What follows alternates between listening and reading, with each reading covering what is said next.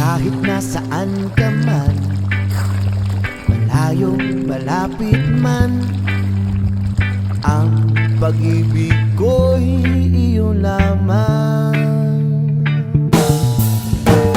Ikaw ang pangarap ko sa tuwina, lagi kang laman ng isip. Ikaw ang siyang tibok na bibig.